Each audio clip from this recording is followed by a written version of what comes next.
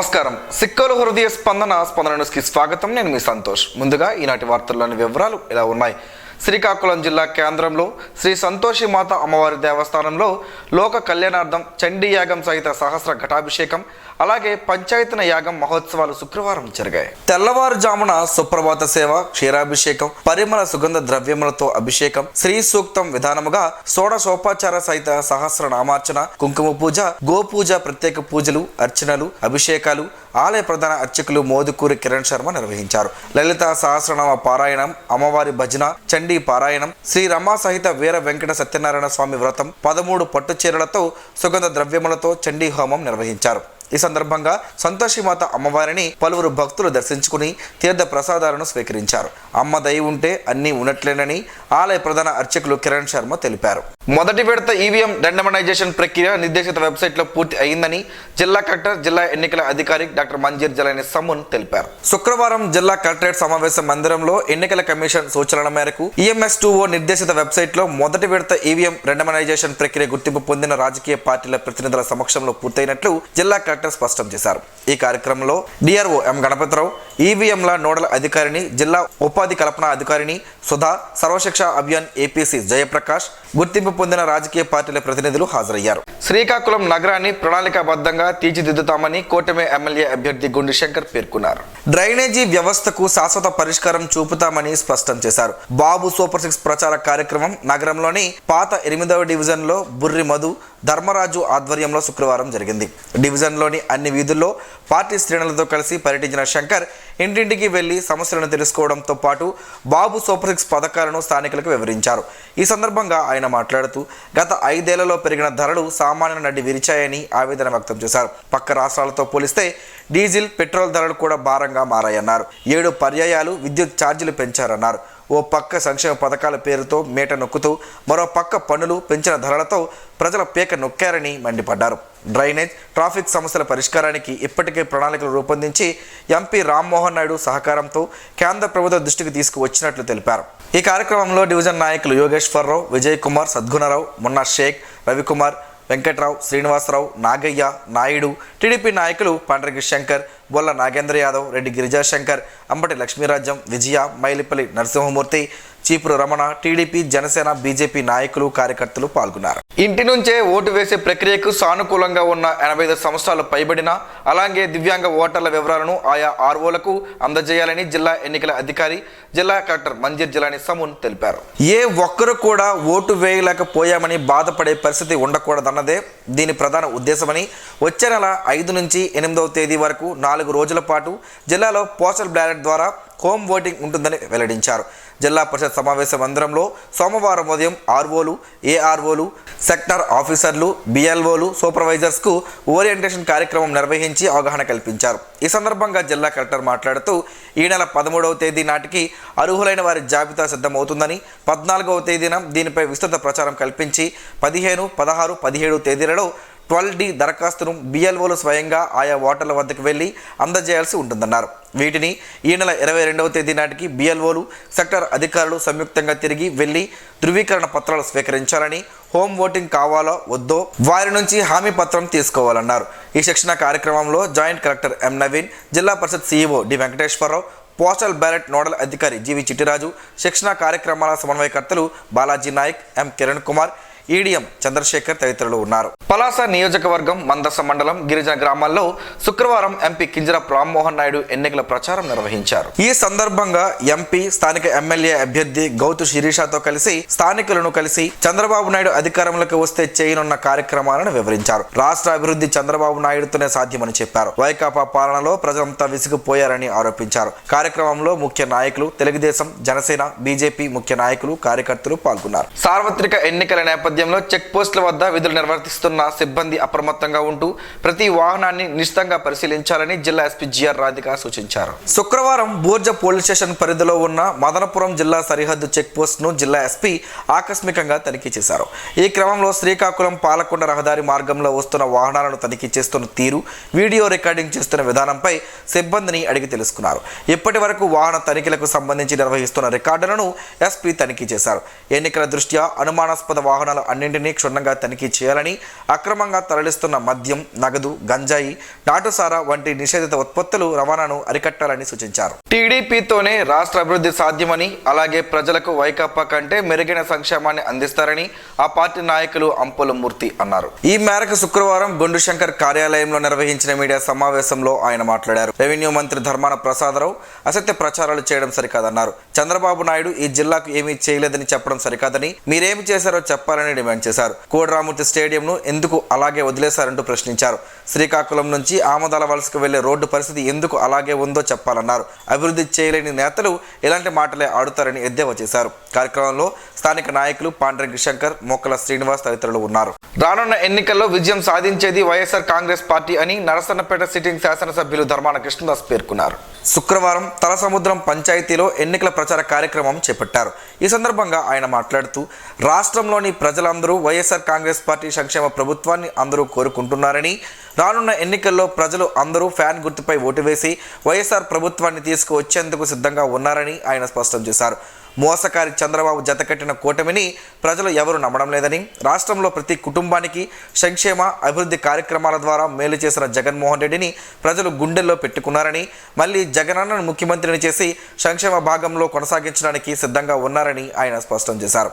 ఈ కార్యక్రమంలో DCCB chairman Karimi Rajeswararao, MPP Muddada Bairagi Naidu, party అధ్యక్షులు Kaniti Krishnarao, JCS convener Kaniti Satyababu, vice MPP Kota Apparao, అభిమానులు పాల్గొన్నారు. భగీరథిపురం మాజీ సర్పంచ్ సాధు మల్లేశ్వరరావు ఆధ్వర్యంలో శుక్రవారం ఆత్మీయ కలయిక కార్యక్రమం జరిగింది. ఈ కార్యక్రమానికి ఎచ్చర్ల అసెంబ్లీ నియోజకవర్గ అభ్యర్థి నడుకుతిరి ఈశ్వరరావు పాల్గొని కార్యకర్తలతో మాట్లాడారు. రానున్న సార్వత్రిక ఎన్నికల్లో కూటమి అభ్యర్థిగా తనకు అవకాశం ఇచ్చారని, అత్యధిక మెజార్టీతో గెలిపించేలా ప్రతి ఒక్కరూ కృషి చేయాలని, నియోజకవర్గం అభివృద్ధికి తాను శ్రాయశక్తులా కృషి చేస్తానని తెలిపారు. ఈ కార్యక్రమంలో తెలుగుదేశం జిల్లా పూర్వ అధ్యక్షులు చౌదరి బాబ్జీ, జనసేన నియోజకవర్గం ఇన్ఛార్జ్ డాక్టర్ విశ్వక్షేన్, బీజేపీ రాష్ట్ర నాయకులు పైడి వేణుగోపాలం, తెలుగుదేశం పార్టీ మండల అధ్యక్షులు బెండు మల్లేష్, తంగిహరి తదితరులు పాల్గొన్నారు. శ్రీ సూర్యనారాయణ స్వామివారి దేవస్థానంలోని ఆలయ అనివెట్టి మండపంలో ఆలయ ప్రధాన అర్చకులు ఇప్పిలి శంకర్ శర్మ, ఆలయ ఈఓ ఎస్ చంద్రశేఖర్, ఆలయ పాలక మండలి సభ్యుల సమక్షంలో ఈరోజు స్వామివారి వార్షిక కళ్యాణ మహోత్సవంకు సంబంధించిన ఆహ్వాన పత్రికను ఆవిష్కరించారు. ఈ సందర్భంగా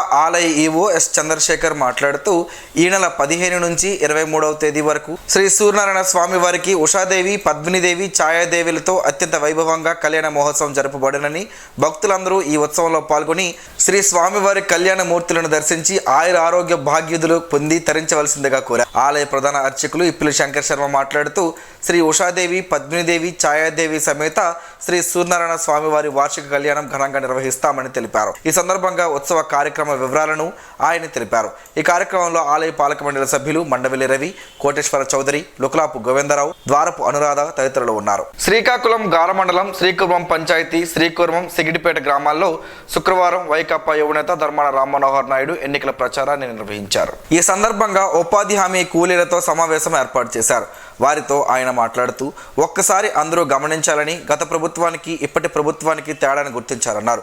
ఈనాడు వైఎస్ఆర్ కాంగ్రెస్ పార్టీ ఇచ్చిన మేనిఫెస్టో ప్రకారం 99% సంక్షేమ పథకాలను అమలు చేసి ప్రతి పేదవాడు కళ్ళల్లో ఆనందాన్ని జగన్మోహన్ రెడ్డి ఈరోజు నింపారని, ప్రతి ఇంట్లో అవ్వాతాతలకు పెన్షన్, తల్లులకు అమ్మఒడి పథకం లాంటి ఎన్నో సంక్షేమ పథకాలను అందించామని చెప్పారు.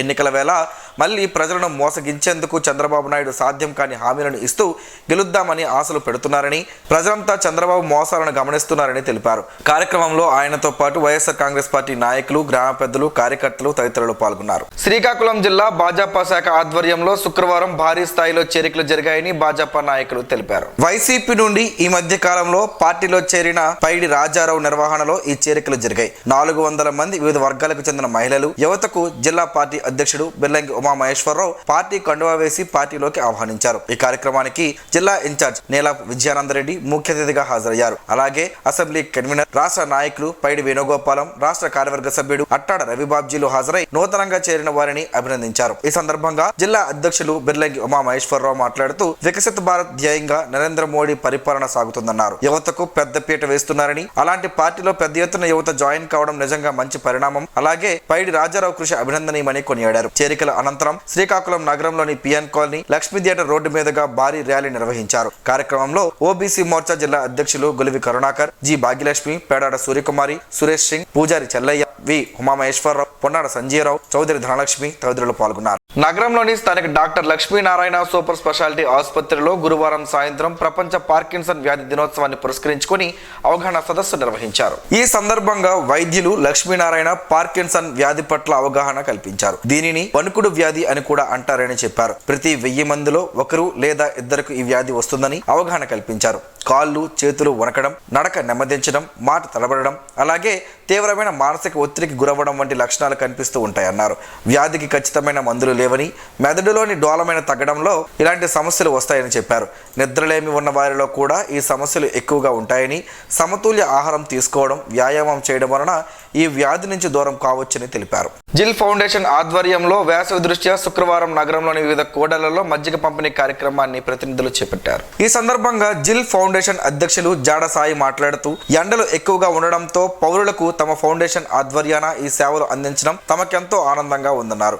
కార్యక్రమంలో పలువురు సభ్యులు తదితరులు ఉన్నారు. గార మండలంలోని రామచంద్రపురం పంచాయతీలో నీటి ఎద్దడి సమస్యను అధిగమించేందుకు గాను స్థానిక సాందీపని హైస్కూల్లో అవగాహన సదస్సు జరిగింది. ఈ కార్యక్రమంలో గ్రామ సర్పంచ్ గొలివి రమణ, ప్రధాన ఉపాధ్యాయులు Ambati Chakradhar, rural water RWS అధికారులు పాల్గొని నీటి గురించి, నీటి పొదుపు గురించి, నీటి వినియోగం గురించి, నీటి రక్షణ గురించి అవగాహన కల్పించారు. భవిష్యత్తులో నీటి బిందువు విలువ గురించి, నీటి కాలుష్యం, పరిసరాల పరిశుభ్రత గురించి, మరుగుదొడ్ల వినియోగం గురించి సూచించారు. ఉల్లికాడలతో పలు ఆరోగ్య ప్రయోజనాలు ఉన్నాయని ఆరోగ్య నిపుణులు చెబుతున్నారు. ఆ వివరాలేంటో ఈ రోజు ప్రసారం అయ్యే ఆరోగ్యమే మహాభాగ్యంలో తెలుసుకుందాం.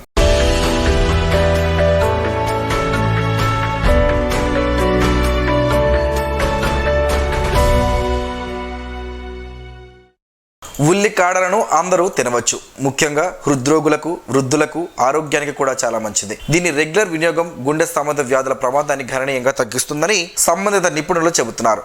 మొత్తం ఆరోగ్యానికి పచ్చి ఉల్లిపాయలు ఎలా ఉపయోగపడతాయో తెలుసుకుందాం. పచ్చి కూరగాయలు ఆరోగ్యానికి వరం అని చెప్పవచ్చు. చలికాలంలో ఉల్లికాడలకు డిమాండ్ ఎక్కువగా ఉంటుంది. పచ్చి ఉల్లిపాయ ఆకులను తింటే జీర్ణక్రియకు సంబంధించిన ఎలాంటి సమస్యలు ఉండవు. చాలా మంది ఉదయాన్నే పొట్టను శుభ్రం చేసుకోలేరు. అలాంటి వారికి ఈ ఉల్లికాడలు బాగా ఉపయోగపడుతుంది. ఎముకలను బలోపేతం చేయడానికి పచ్చి ఉల్లిపాయ ఆకులను తినవచ్చు.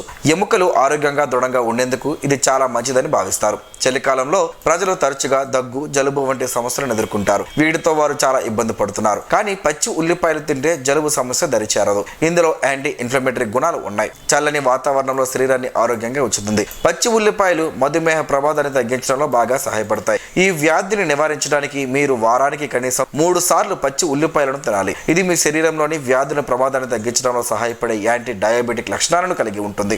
కంటి చూపును పదునుగా ఉంచుకోవడానికి కూడా ఇది ఉపయోగపడుతుంది. పచ్చి ఉల్లిపాయల్లో కంటికి అవసరమైన కెరటోనాయిడ్స్ మరియు విటమిన్ A ఉంటాయి. చలికాలంలో మానవుల రోగనిరోధక శక్తి బలహీనపడుతుంది. రోగ నిరోధక శక్తిని బలోపేతం చేయడానికి మీరు మీ ఆహారంలో ఆరోగ్యకరమైన పదార్థాలను మాత్రమే తీసుకోవాలి. పచ్చి ఉల్లిపాయను చేర్చడం వల్ల మీ శరీరం బలహీనత చాలా వరకు తగ్గుతుంది. ఇది మీ శరీరాన్ని అన్ని వ్యాధులను రక్షించడంలో సహాయపడే అనేక విటమిన్లను కూడా కలిగి ఉంటుంది.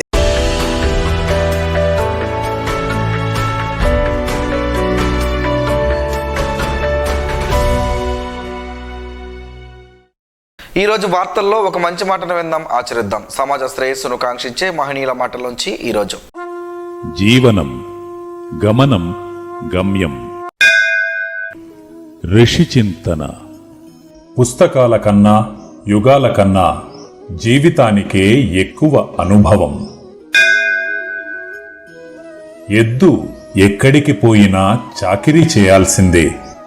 తపస్వి ఎక్కడ ఉన్నా త్యాగం చేయాల్సిందే. ఓం శ్రీ గాయత్ర్యై నమః. స్పందన ప్రేక్షకుల కోసం స్పందన న్యూస్ని ఇప్పుడు యూట్యూబ్లో అందుబాటులో ఉంచడమైంది. SDV స్పేస్ స్పందన అని టైప్ చేసి వీక్షకులు తమ అనుకూలమైన సమయంలో న్యూస్ని వీక్షించగలరు. ఈ వార్తలు ఇంతటితో సమాప్తం. మరలా ప్రసారం అయ్యే స్పందన న్యూస్లో కలుసుకుందాం. అంతవరకు సెలవు, నమస్కారం. మీ మాటే మా బాట.